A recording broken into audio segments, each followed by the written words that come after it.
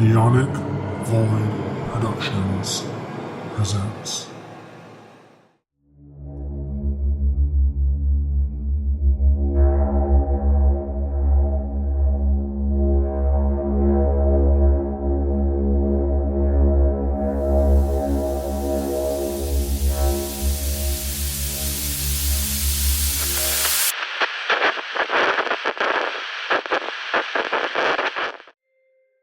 Hello guys and welcome back to the House of Ideas. I am your host, Devin, and I know it's been a real hot minute as of late, but I am back with more content for House of Ideas. Now, being in this big house of books and stories, of course, I've always had guests that I would contact to get onto the show talking about a particular comic book character. But there is also another topic that I've always wanted to discuss on this podcast. Manga and graphic novels just in general, and just have episodes where it's just me, where I tell you about some of my favorite stories and why I like them. So, in the spirit of Halloween, we're going to talk about something a little more on the spooky side, and you may be thinking to yourself, wait, what you're about to talk about, is that magical girls are spooky? Well, buckle up, kids, because this series is fucked. Okay, this series we're going to be talking about too is oh god, I can't pronounce the first word of it. Pella, Puella, Pella, Magi, Madoka, Magica. If I mispronounced that, please forgive me. Again, dyslexic. We know this. We've been here. If you're new, you've been on the Young Void podcast. We've been new. So I'm going to go over the next 3 weeks. I'm going to go over the saga of the Madoka Magica series. The main series of mangas, 3 volumes, and then I'm gonna go over the Wraith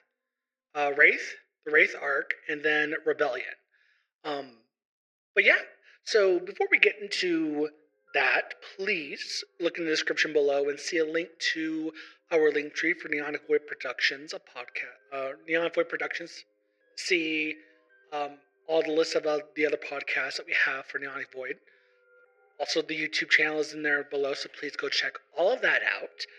The Twitter link will be in the description as well if you want to go follow us on Twitter for House of Ideas. Let's go ahead and get into today's episode. So, today we're going to talk about the first 3 volumes of the Madoka Magica manga, the main series manga that talks about the main 12-episode anime, pretty much. And then we'll go from there for the next couple weeks, talking about Madoka Magica for the month of October to kind of give you all a little taste of what I like as far outside of Marvel Comics and some DC stuff. So, today, buckle up. Let's get into it. As our story begins, we start with a weird dream that this girl named Madoka has about her around in a burning city, and there's this other girl that is trying to fight off this monster, as Madoka, our main character, is talking to this rabbit cat-like creature who looks so cute, and is trying to get her to make a contract with him. It's like, I can form a contract with you, and you can become a magical girl, and you can save the day.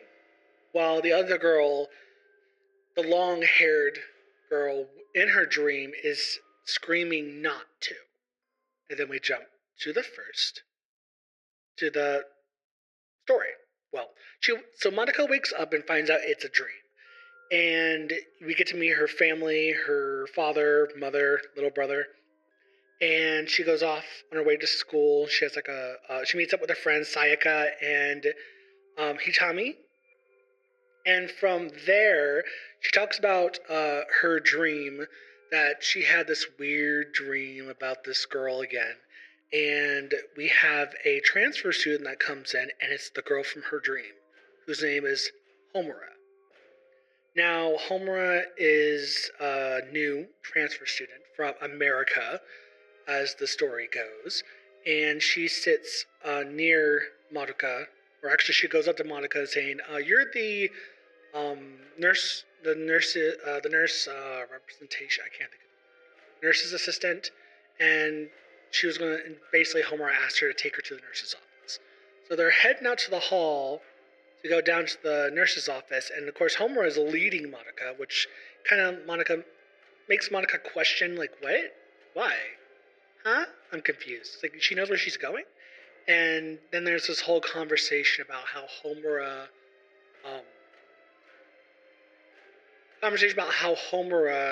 uh, telling Madoka, do you cherish your life and the people in it? And that um, Madoka says, of course.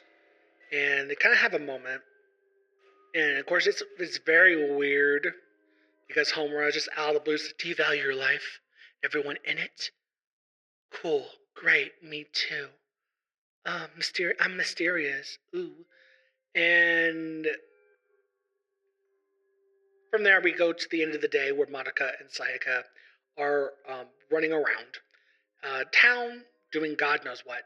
And they come across this little cat like rabbit thing creature from Madoka's dream that is being hunted down by Homura, who Homura is trying to, like, I don't know, blow its brains out, which, I mean, to be honest, it's Cube, so I'm not surprised because guess what? I would do the same thing because Cube, this little cat rodent thing, is an abomination of creation. And you might not see it now, but buckle up. When we get to Rebellion, most certainly Rebellion, you will just despise this little alien abomination. So Monica gets called upon by QB to come save him. And she's like, oh my god, this animal, you're hurting this animal. So she steps in between Homura and Madoka, or Homura and Cube, and Homura's like, move, I need to kill this thing. Hand it over to me, I'm gonna fucking kill it. And Homura's like, are you fucking crazy? And they kind of, Homura walks up to Madoka to try and get Kiwi back, but Sayaka comes in with a fire extinguisher and blasts her in the face as they run off. And then they run into Mammy, who's actually, no, they run into a witch's, oh god, what do they call it? Not a witch's portal. You run into a space that starts changing and it starts getting all weird. Topsy-turvy reality starts warping as they're seeing these weird butterfly dandelion creatures. And it turns out that they've walked into a witch's lair, or a place that is taken up by the witch, by this demon spirit thing known as a witch that starts feeding on people's livelihood, or people's people. They feed on people. And then Mammy, who's a magical girl, blonde hair, she's giving French, big old blonde curls. She comes in, and of course, QB knows her, and she saved. QB told her that that Madoka saved her.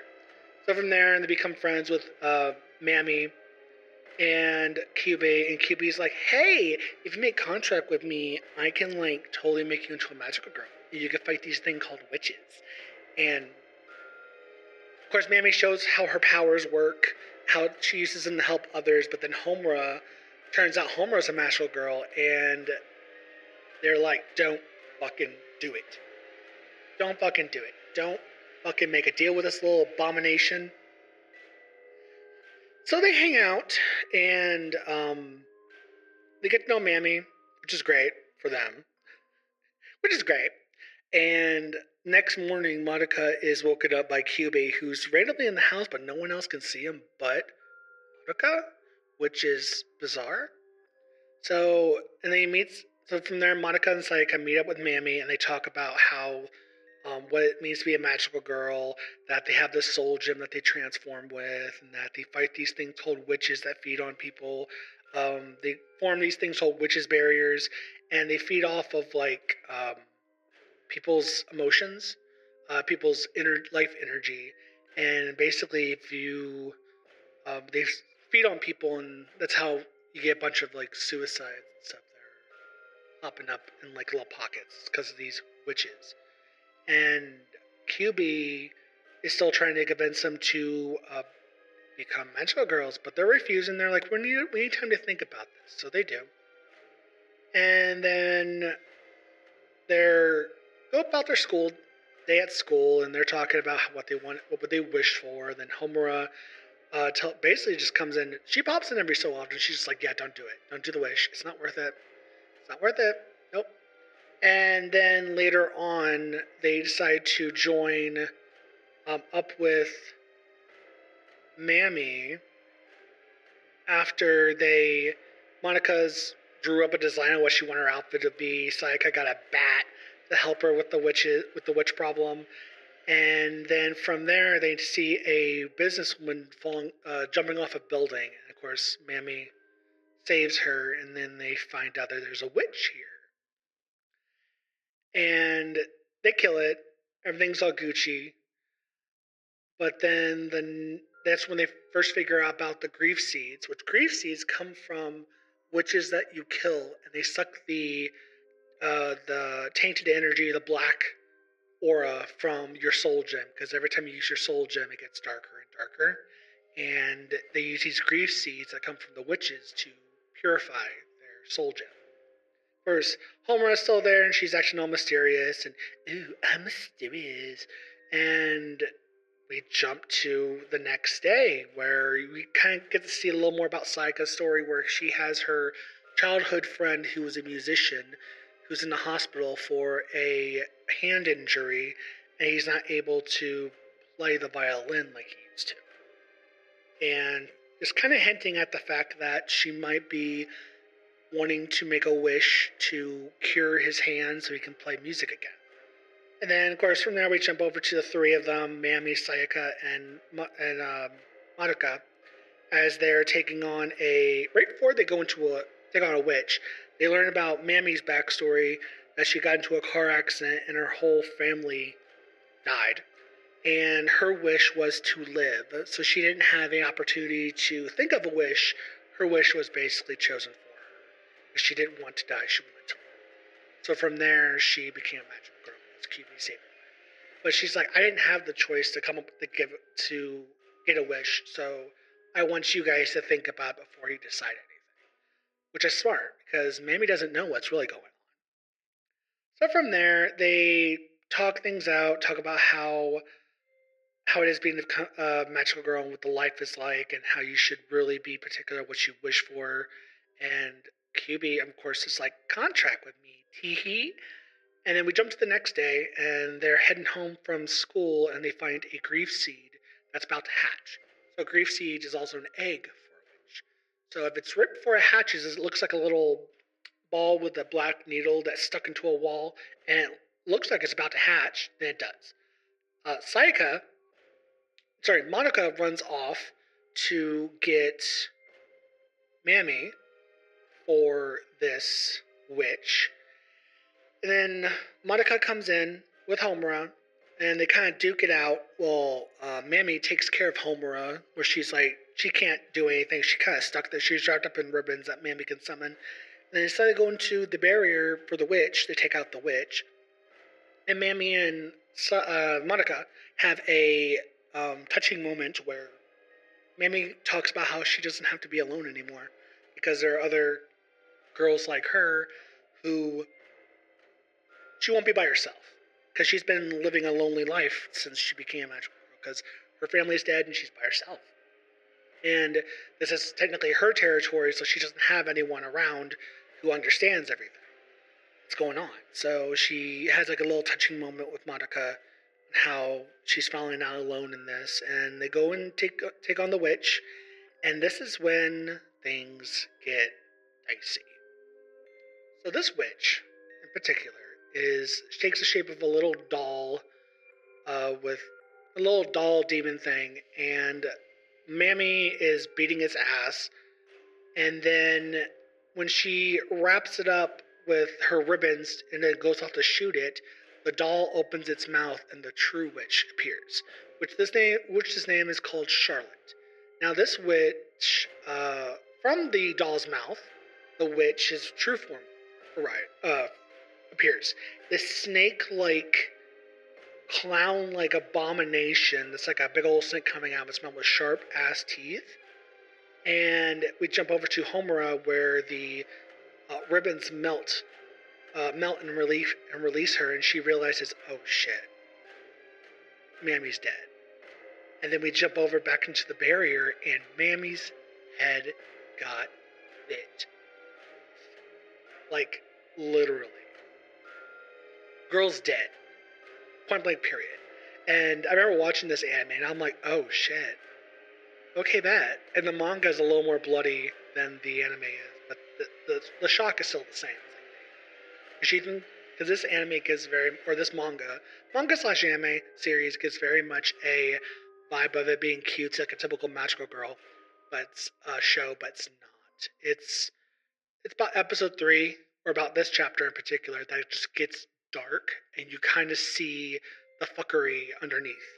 And this is where you kind of get the creepy vibes, because I love this series so much. And I just started reading the manga again because I wanted to get ready for the new movie coming out in 2025, the sequel to Rebellion, Hallelujah, which we'll get into that.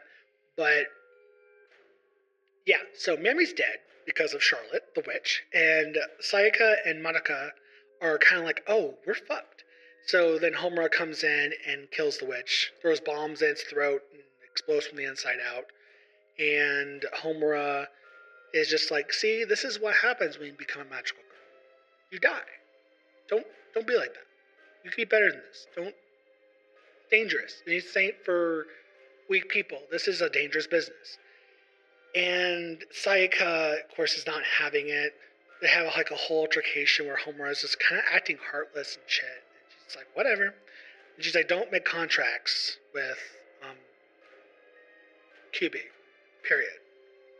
And then we jump to Madoka. She walks into Mami's house. Of course, since Mami died in the barrier, her body is gone.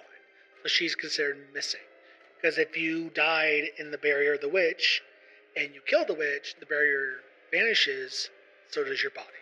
So she has no one knows what happened to her. She's just considered missing. And Madoka is at the apartment as Homura comes across her, and they kind of have a talk about what it means to be a magical girl, and how you sign your life away to become this when you make a deal with QB. Then we jump to QB and Madoka, as you see their other friend from school, Hitami, and she has a witch's mark on her neck, which is a mark that witches put on their victims as they're trying to gather them together. And she realizes that everyone around her has these witches' marks, and she gets taken into a witch's barrier. And she's like, oh fuck, I gotta do something. I'm in trouble. And then as things start getting bleak, you realize, oh shit. Sayaka comes in with a sword. She looks like a knight straight out of a fairy tale, and it turns out she made a wish with QB, and now she is a magical girl. Bum bum bum. And then we jump to Homura coming into the scene when she realizes what's going on, and she notices that Sayaka made a deal with QB. And the wish that Sayaka made was to heal the hand of her childhood friend, aka her crush.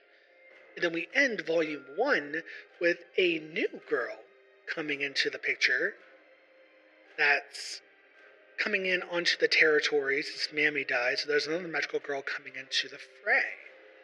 And who is this magical girl? Seriously, who's this magical girl? Kazuki? Named Kayako. Sorry. So the magical girl that comes into the city after Mami's death, she's like, ooh, open territory, is Kayako.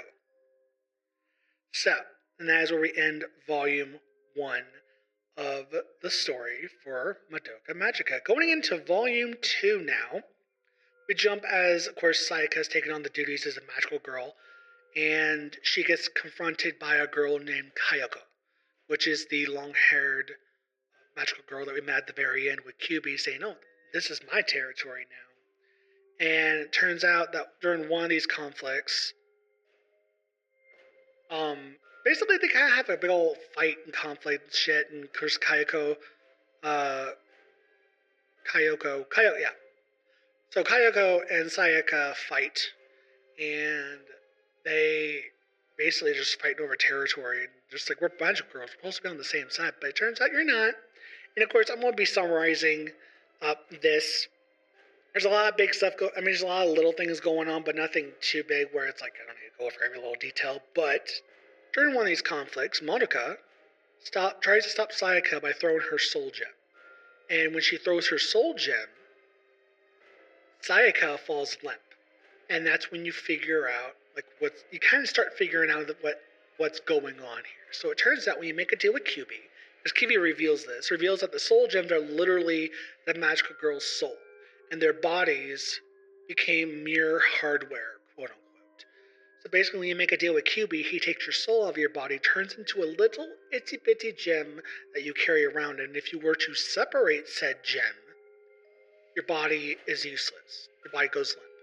So you have to have your soul gem with you, otherwise your body is basically... So that's where the idea of, oh my god, these magical girls are fucking zombies. It's fucking insane. Of course, no one knew about this. Mami didn't know about it. Kayako didn't know about it. Of course, Sayaka obviously didn't know about it. She did now. From there, Kibi's like, y'all never asked. And of course, Homura reunites her with the soul gem for Sayaka, and then Sayaka is approached by Kayako, who tells her to try and live for herself, but where she gets... Basically, the conflict between these two is that Kayako wants Sayaka to just live her life, and it doesn't... She's not listening, because you kind of learn a little bit about Kayako's backstory, where her family was basically she's like a pastor's daughter, and she wanted to get him followers so his dream could come true. Her wish was to get him more followers. He finds out about this, and well, it ended basically her family and him, and Kayako is the only one surviving.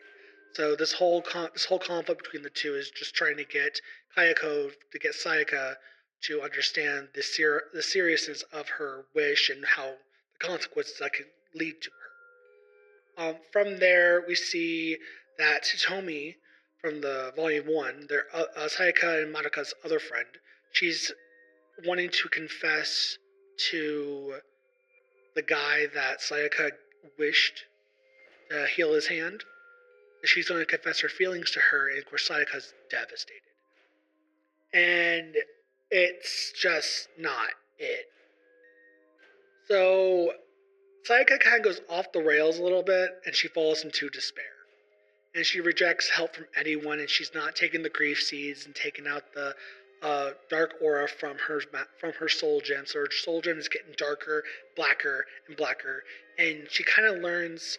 Well, Kyuubi kind of makes a comment saying that after a certain point that your soul gem, since your soul is not in your body, you won't feel pain. So after a certain point, you can kind of cancel out the pain that your body feels, because your body is just basically a computer, and your soul gem is outside the body, so it's not really connected, so you really can't hurt your soul per se, but your soul does get tainted. From there, when she falls into despair, Madoka kind of considers using her wish to help Sayaka, but of course Homura's like, no, and begs her to not throw her life away.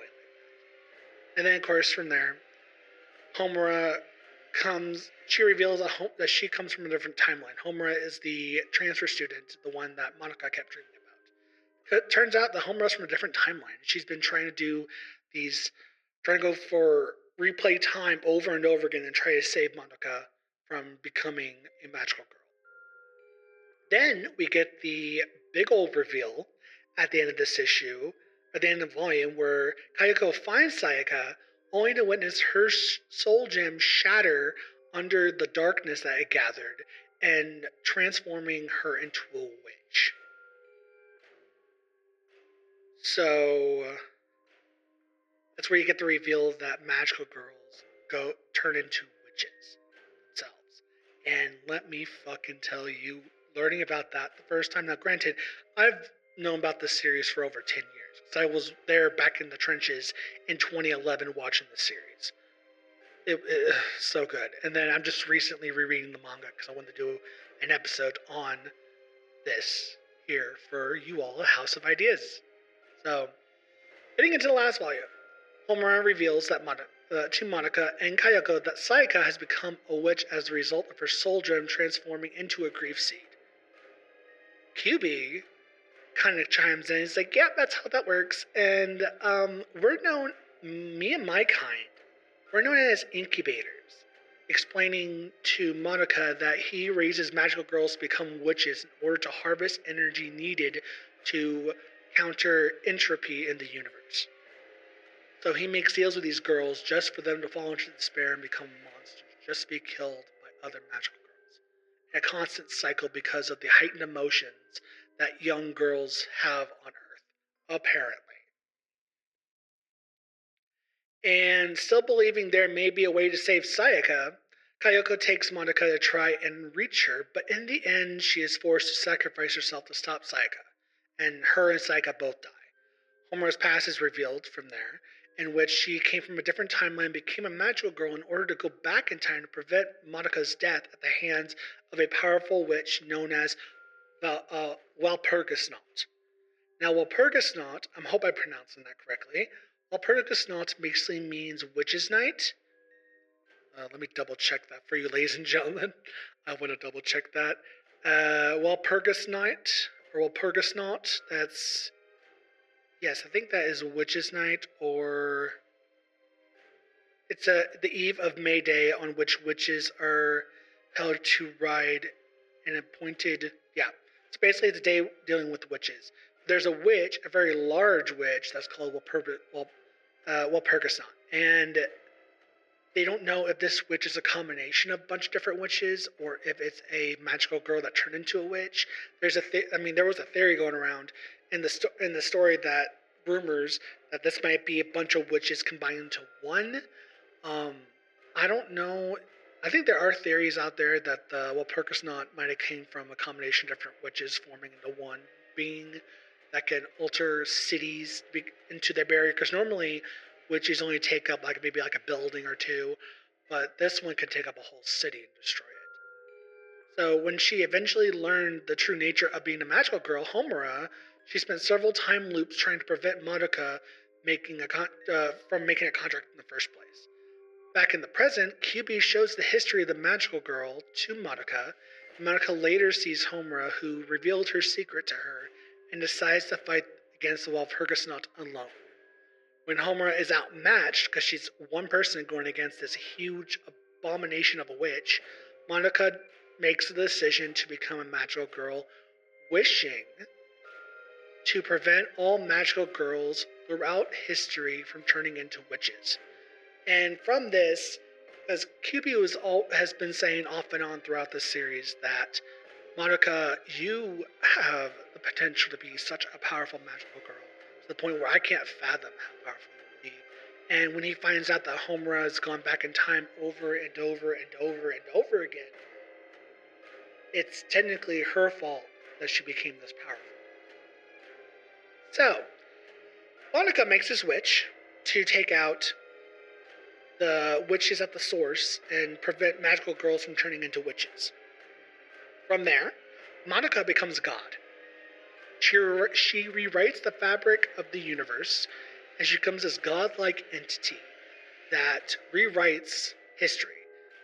She takes out Walpurgisnacht, definitely, and she ends up sending herself in the past, present, and future at the moment where magical girls are about to fall into despair and become witches. She comes in at the exact moment and saves the magical girls before they turn into witches, preventing that, which rewrites history and the universe.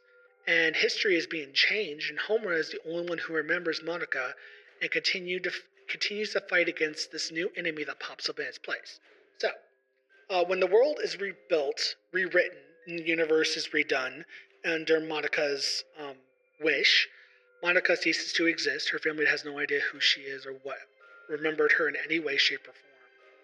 And there are these new enemies called wraiths that come in, because the universe, when you take one thing and the universe fixes itself, and now you have a new enemy coming out, which is called wraiths. Which wraiths are these monk-like spirits that feed on sadness and depression, basically negative emotions. It feeds heavy on negative emotions again. And we end it with Homura having Madoka's bow and arrow, because Madoka, as a magical girl, has a bow and arrow, while Homura has like her little shield, like she can rewind time with. Of course, she sticks a bunch of weapons, guns, bombs in her shield. So she ends up taking up the mantle of um, Monica's bow and arrow, and she fights off this new enemy known as the Wraith. Now, Homura, there'll be more on Homura when we get into the Wraith arc and the Rebellion arc, but this first series, the original series, was just 3 volumes of Madoka Magica. It's I love it. I love this story so much. I love the fact that it's not as cutesy and happy-go-lucky as you think it is. When you look at the cover, it looks all girly and cute. It's not. It's a fucked up story about these teenage girls being fucked with by an alien and being not necessarily lied to, but QB is holding back a shit ton of information just so he can watch people he made contracts with become monsters and die. But he doesn't give a shit because he doesn't have any empathy. He's just like, hey, it's the way the universe works, bro. I gotta do my job. We gotta do our jobs as incubators. So get over it. But Madoka's like, no, fuck that. You're gonna make me a god incubator. I'm gonna take away your job. I'm gonna become a god to end all magical girls before they become witches and just save the day. And QB has no memory of Madoka. The only one that does is Homura. And when we continue on with the story next week, we're going to come to find out that Homura is starting to forget her as well, little by little. So thank you all for listening to today's episode on Madoka Magica for House of Ideas. Catch me next time. Until then, bye-bye.